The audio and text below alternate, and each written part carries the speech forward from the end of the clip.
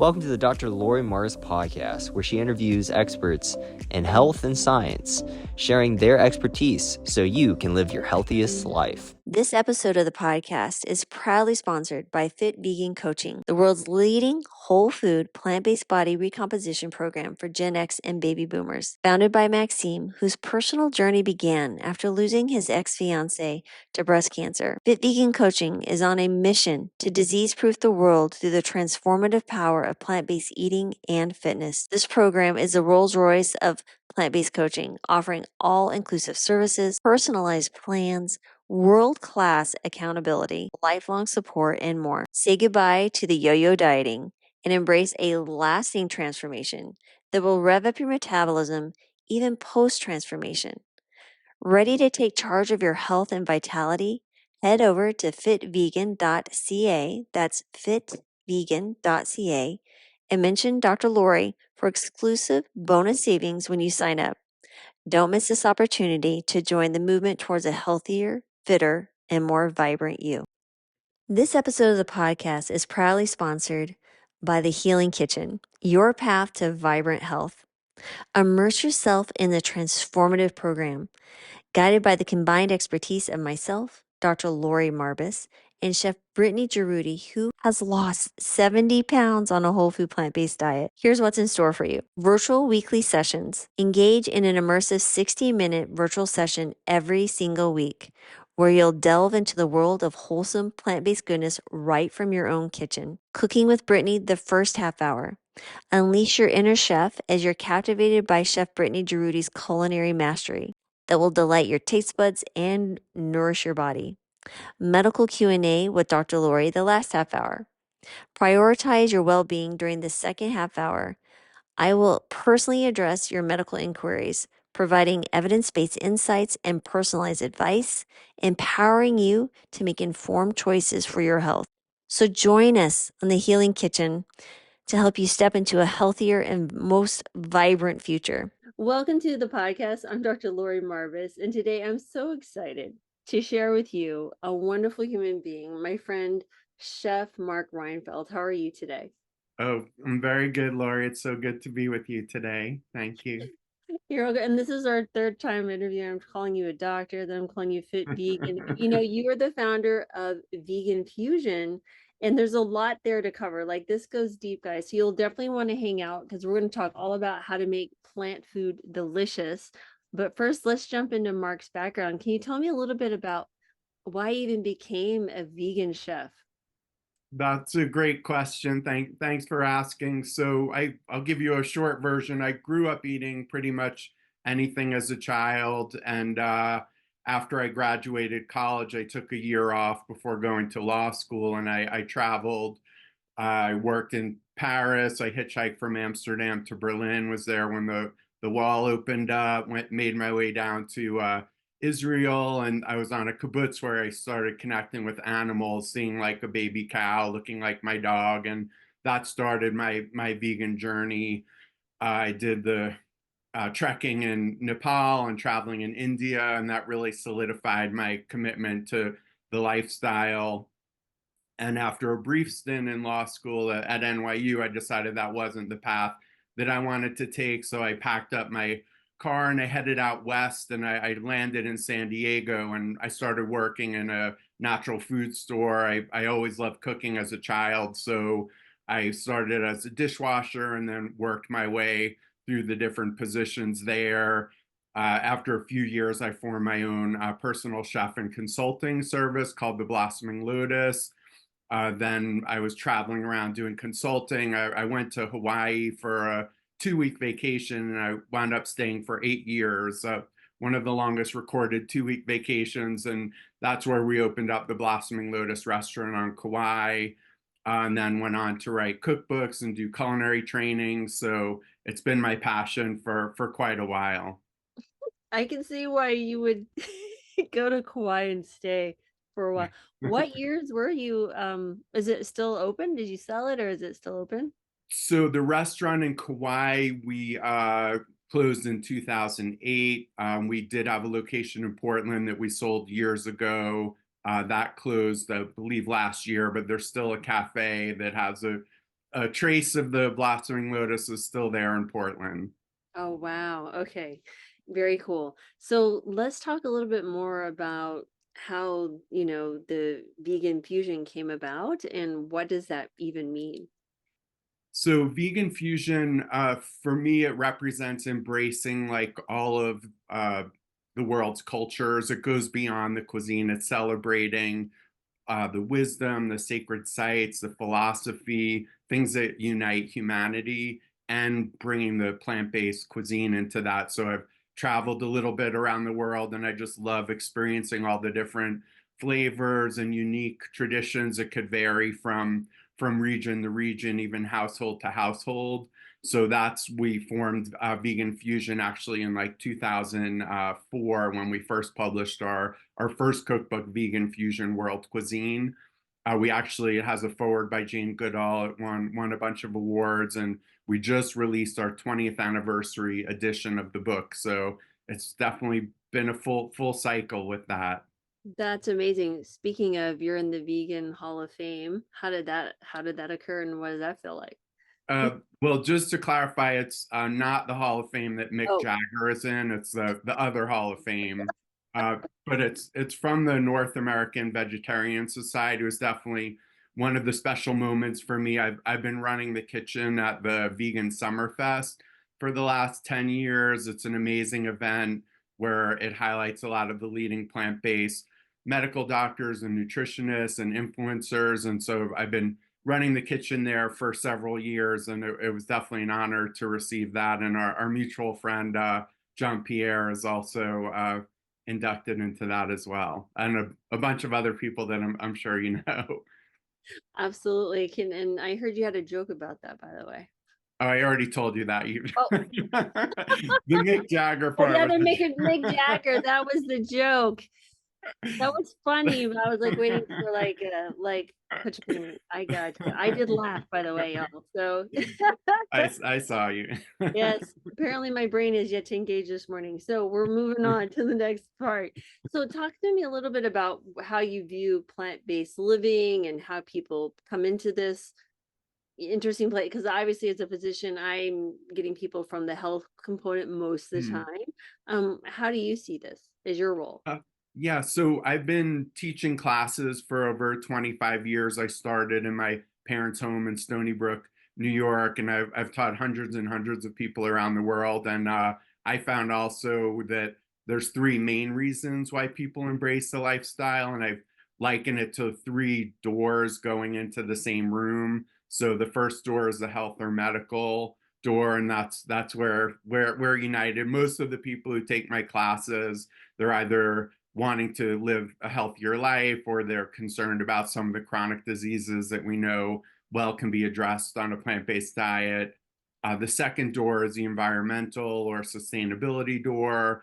And the third door is concerns for animal welfare or the ethical concerns. And so all of them, regardless of what reason brought you into the lifestyle or into the room, once you're in there, you could start learning about what brought other people in there so you can incorporate those ideas as your own. So that's my experience. Usually it's one of those three main reasons. Yeah, absolutely. It's almost like once your eyes open to one possibility, other things start trickling in. So I can't even walk down the meat aisle at all. Like it really literally makes my stomach turn at this point. And so, Yeah, I'm just yeah. In full disclosure, it was door number three that got me into the movement. First, seeing the animals in a natural setting on the kibbutz and in India and Nepal, just seeing all just the hill tribes and how it interacted with like baby sheep and lambs, and then actually I saw while that made me go into vegetarian, and then I read the book Diet for a New America by John Robbins, and that's where I started to piece together the environmental aspect of just meat and dairy and how the animals were treated. There's a movie called Baraka that came out a while ago, and there was a scene where the chickens were getting debeaked, and it was like I was like felt like I really needed to do more than I was doing. And we just recently watched the movie Christspiracy, which I'm not sure if you've seen that yet, but it really touches on that aspect of it got me a little bit more on fire, remembering like the why of why I'm doing what I'm doing. Yeah, no, documentaries are fantastic on really inspiring people. Obviously, we all know Forks Over Knives and some of the others. It's a lot of fun to And be able what to. was yours again? I know you were featured in one as well. Yeah, yeah, from food to freedom. Oh, So nice. I got to spend time with the Campbells and 10 days in a big old, I didn't know they had Airbnbs of this huge house that held um well, I guess there were 8 total. So there were 6 people who were insulin dependent and 2 spouses of those folks. And literally, spending time with Kim and Nelson and people filming you for a solid 10 days. And yeah, and then they took all that footage and created this really awesome documentary that I was so honored to be a part of. It was really cool. So yeah, it was fun. Nice. Awesome. Yeah. Never had I felt the pressure though to walk out of a room and be ready to be on camera at any moment. They're like, okay, Totally. over here in place.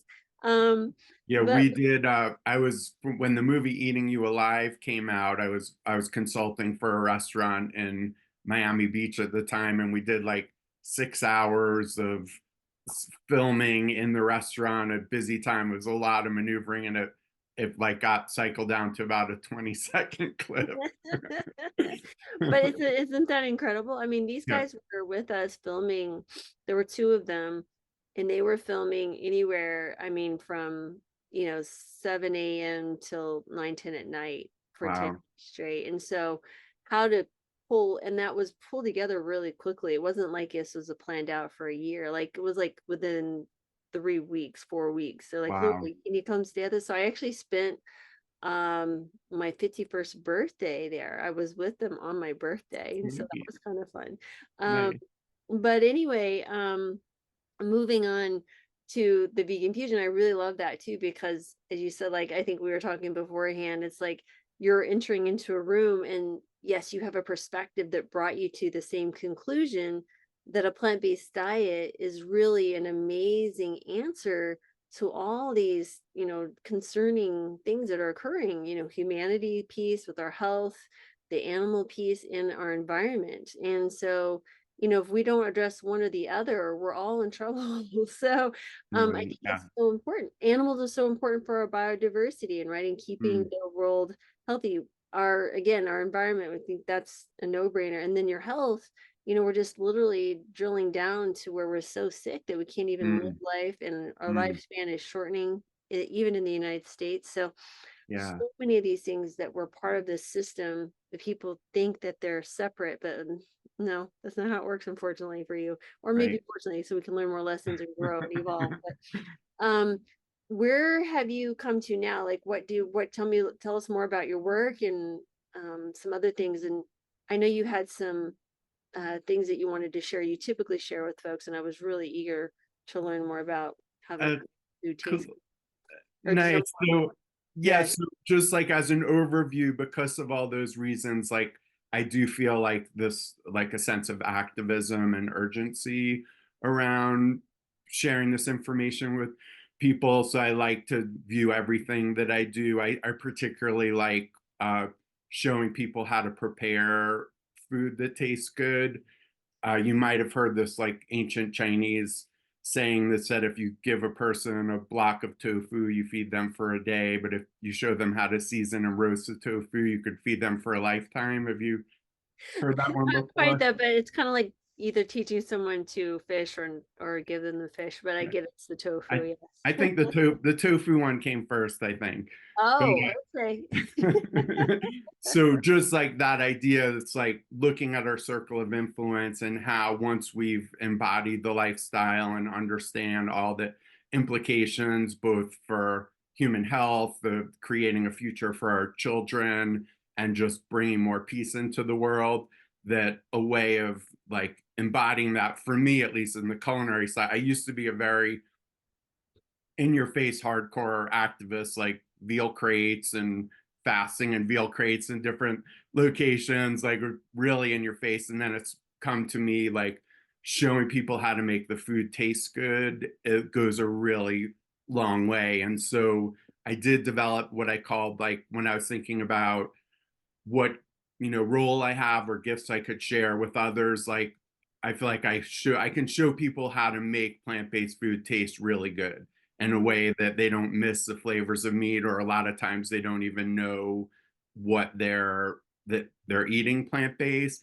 And I call those the 7 culinary keys to creating amazing plant-based cuisine. And I'll do like a quick overview. I have an ebook and working on more of an online course for it, but just as an overview, the first key is palate development. So this is just like, over time, I like to say everyone has an inner chef that could be awakened, and that if you taste food and you're like, I like this, I don't like this, that shows you have some sense of discernment in your palate that can be cultivated over time. So in my classes, we'll do, like in my longer class, we'll spend a full day just on palate development, tasting different things, sweet, sour, salty, seeing the interplay of how cooking affects the flavor of food, from raw to cooked to burnt. So we do all these palate exercises. The second key, and this is something I share in a lot of my uh, interviews, is what my teaching style is, what I call a template recipe approach. And so with the again, I've been teaching for 25 years. This is like the biggest takeaway that people have, is that you can view a recipe as a template, break it down into its different components, and by changing each component, you can create a new flavor profile or a new recipe. So one recipe can actually turn into like hundreds and even thousands of variations based on using ingredients that you have on hand. So like, for instance, a go-to meal might be a monk bowl. And if you break it down, it could be like a grain, a green, and a protein. And so with templates, I like to picture them as like spinning wheels on top of each other. So you spin through, you rotate through your different grains. It could be rice, millet, couscous, quinoa, rice pastas. The greens are any vegetable or vegetables of your choosing. And I like including a rainbow of colors, and those could be roasted, grilled, steamed, sauteed. You could change the cooking style. And then for the protein, that's, as you know, that's one of the biggest myths of where vegans get their protein. I love referring people to veganbodybuilding.com and Robert Cheek, and just showing them just like, you could be totally, or the movie Game Changers. There's a lot of plant-based protein sources. So tempeh, tofu, different legumes. And so by rotating through those different components, you can create a new meal. And then when you add sauces into it, you could get this whole variety of dishes. Even a hummus wrap could be considered a monk bowl, because you have the grain as a tortilla, the greens are the veggies, and the hummus is a protein. So template recipe would be number 2. The third component is global spice blends, and that's a big tip that I give to people. You can either purchase like a Mexican, Cajun, Moroccan, Ethiopian blend, or make your own. And then you could just, to a basic soup, you could create this whole world of flavor just by changing your spice blends. The next key is global sauces. So you use those spice blends to make like your pesto, harissa, curries, peanut sauces. Most chefs will say it's like all about the sauce. The next key is what I call the veganizing key. And so this is where you learn to like take dishes that we grew up with. What I like to do is I set aside the ingredients that are already vegan by nature, and then I look at what the animal product is and what the best way to replace it is. So that's a veganizing key. 2 more keys. One is superfood nutrition. And just as this part of a lifestyle, just that's including superfoods. I love encouraging people to do like a superfood smoothie in the morning. Also, I would include raw foods in that and have some percentage of raw foods. And then the last key is experimentation. So that's just practicing and practicing. And I would challenge even the most seasoned chef to like go to a big international market and look around, and I'm sure there's ingredients there that you haven't worked with. So we're always learning, and that's using those keys and putting energy into them in my experience over the years, that's what really helps people excel in the plant-based kitchen. Mm. Honestly, I feel like we could talk about all of those for an hour each. What is Totally. your favorite one that you feel like people really resonate with the most and they feel like the most aha moment in those 7 keys?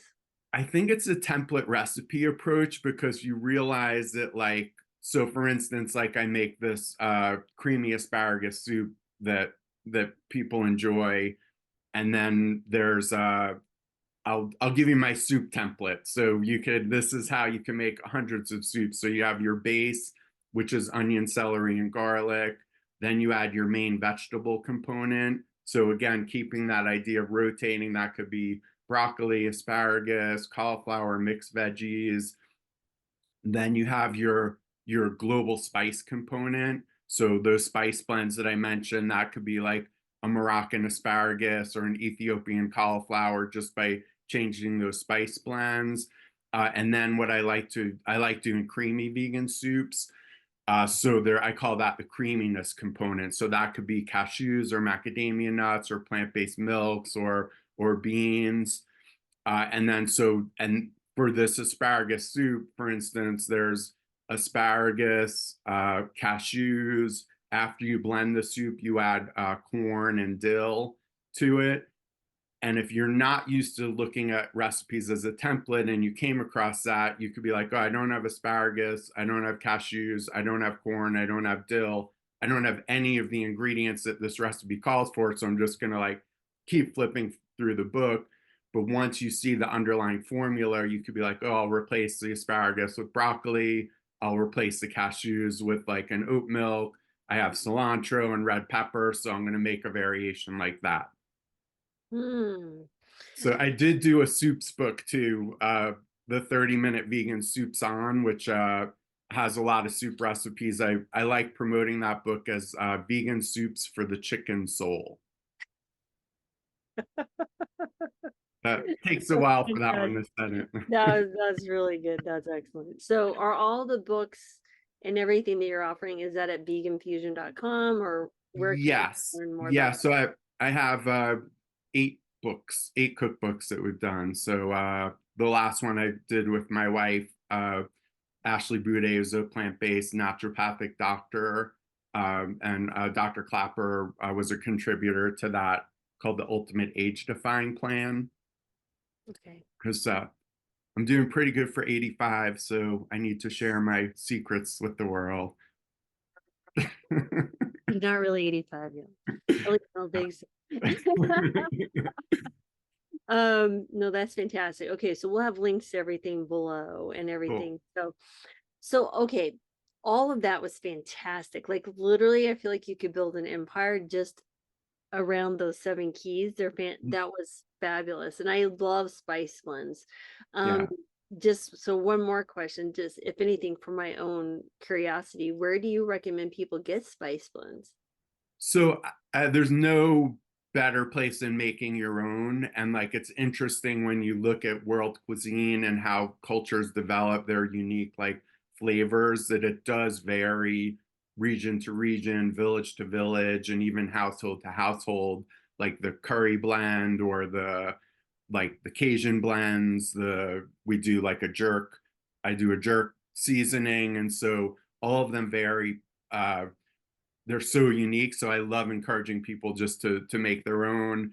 If you can, if there is a spice shop in your town, like Boulder has an amazing spice shop, that's the best place. But even natural like grocery stores in the spice section will usually have at least a few of these blends. So an Italian blend, a Mexican blend, Cajun, even Old Bay seasoning counts as a blend. So like there's lots of ways to like have those at your disposal, and that's a huge tip for people for opening up like this global world of flavor. So when are we coming out with, the Chef Mark Reinfeld Vegan Fusion Spice Blend product line? Whenever you're ready. But we actually also did a cookbook together with the Mora cookbook as Yes, well. yes, we did. Unfortunately, more is shut down. So Yes, fantastic. So no, I mean, I go by your spice blends. Fantastic. All right, so even more than that, you take a hands-on approach to help people learn how to do this in a certified program. Can you tell us a little bit about that? Sure. So again, I encourage people to kind of try to tune into like what their unique gifts are. I'm sure you do that as well. Like what are your unique gifts and talents? What's the best way to bring them out into the world with something that you're passionate about, and try to like connect those all together. And for me, it's really showing people that like whatever reason you want to include more plant-based foods in your lifestyle, to be able to do that in a way where you're not sacrificing at all. Like the flavor is there, the sense of comfort is there. So I've developed this 4-week training that I do. It's a deep dive into vegan and raw food cuisine. We meet via Zoom. It's for 4 hours a day. We're in the kitchen together. I'm answering questions. People are in their own kitchen, listening to their music, holding up the food. It's a very interactive and fun experience. And then we do like this real deep dive. So the first day we go over palate development exercises, like I mentioned. The second day we focus on template recipes. So I just share how you can like start viewing recipes as templates. The third day we go over global cuisine and just do an overview. Like we'll do a Jamaican dish, a Mexican dish, a Thai dish, just to like explore these different flavor profiles. And those 3 concepts go throughout the 4-week course. Then the remaining days are a deep dive into each category of food. So we'll just dive into vegan soups and how to make vegan soups, creamy soups, chunky soups, cold soups, thin soups, the whole world of soups. Then we do the same with salads and dressings. Then we have a day just on grain dishes, another day on legume dishes, another day on plant proteins. Then we do world handhelds, where I reveal the ancient double secret method of Thai summer rolling, among other things. Wow. And then do world tapas. So we'll do like we make a risotto and do arancini and tempura, like different tapas style dishes. Then that's the end of the second week. The third week, we do entrees and casseroles. Then we have another day just on sauces, where we go into like exploring the French mother sauces and vegan mother sauces. Then we do brunch and beverages, and brunch is one of my 3 favorite meals of the day. So we'll do different like frittatas, and we do a crepe Suzette and flambe. And then if I don't burn the house down during the flambe, the next day we do vegan desserts. And then I have an expert bread baker who does a bread baking day, and she owns a gluten-free bakery here in the Denver area.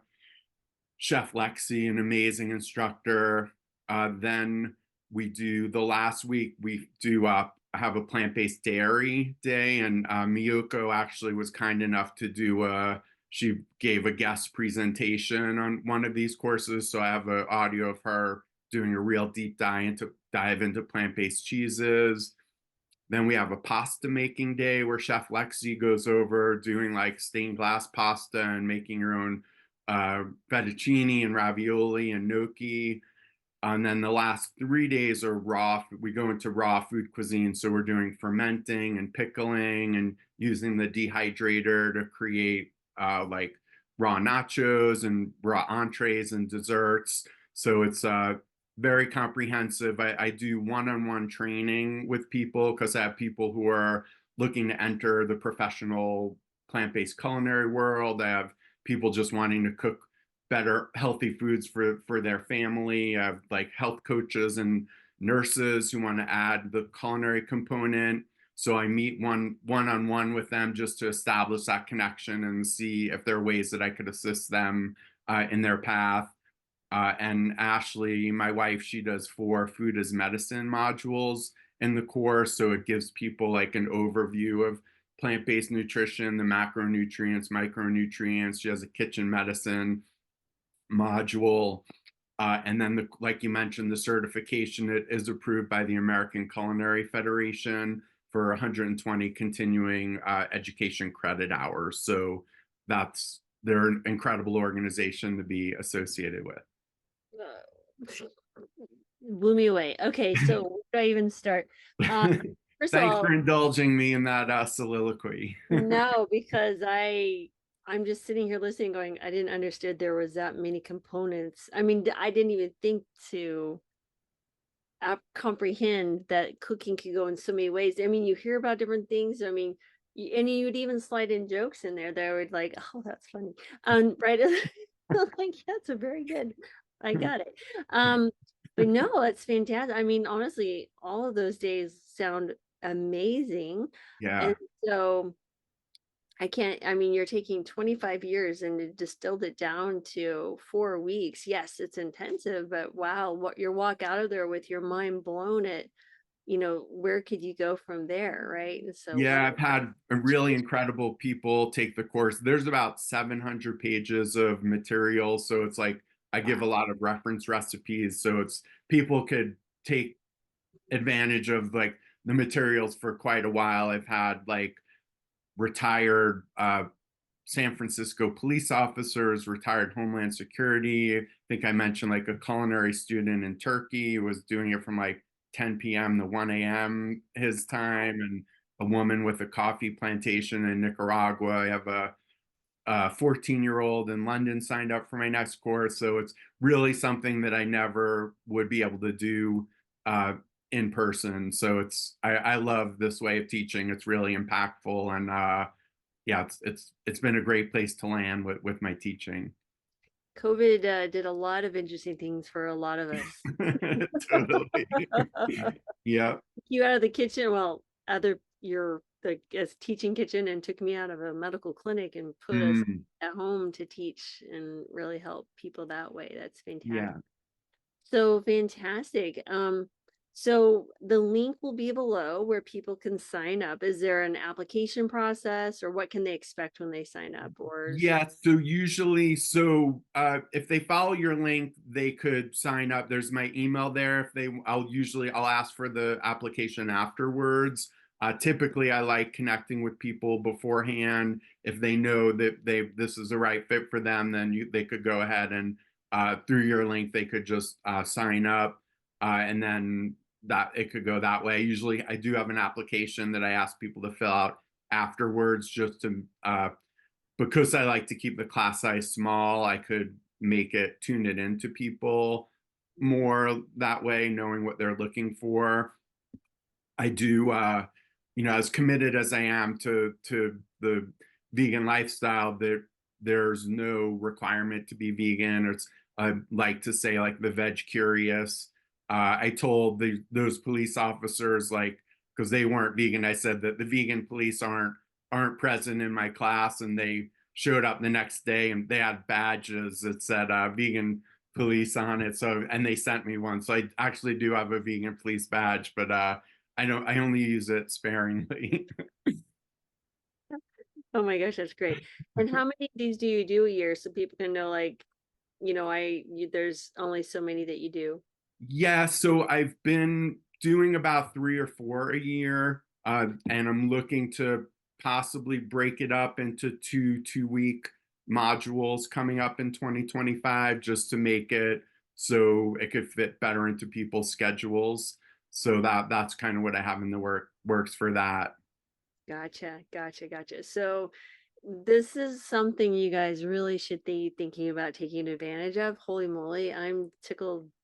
I'm excited. Just I wish I had the time and capacity to do it, or I would do it myself. This is fantastic. So, well, thank you. Is there anything else you'd like to share with us? I mean, you gave us so many tidbits, so many things that just walking away from this with just understanding a recipe as a template, looking for what is the basic here that I can walk away with this recipe, or if you're interested, that alone is fabulous. Yeah, that's definitely the big takeaway. I just like to encourage people that you don't have to make giant steps. Like, you could take a tiny step in this direction if you're just wondering what it's like to have a plant-based meal, or if you want to do like vegan before 6 or go vegan for a week, that there's no like hard and fast rule to follow. Just I encourage people just to be gentle with themselves, allow themselves to get into like a calm and peaceful place in the kitchen. Usually if you've been in a commercial kitchen, calm and peaceful aren't like the descriptive adjectives that you would use, but I really encourage people to like play music, have a clean setting, letting themselves feel like gratitude and appreciation, and put the good energy into the food. So we're all on a journey, and it's just like a step at a time can get you where you're going, Oh, where you want to absolutely. go. Fantastic. Like we went hiking yesterday. We went up to this, it was a nice little ascent. And my husband, as we're walking back, goes, imagine we were just there and it was just one step at a time. I'm like, absolutely. Mm, So that's the best way to approach that. So what a lovely note to end on. So thank you for sharing with us today. I'm thank really you, excited Lori. for people to be a part of this. You're welcome. Yeah, it's so nice to see you again, and look forward to being in touch. Absolutely. So everyone click the link below and I don't think you'll be disappointed. Thank you.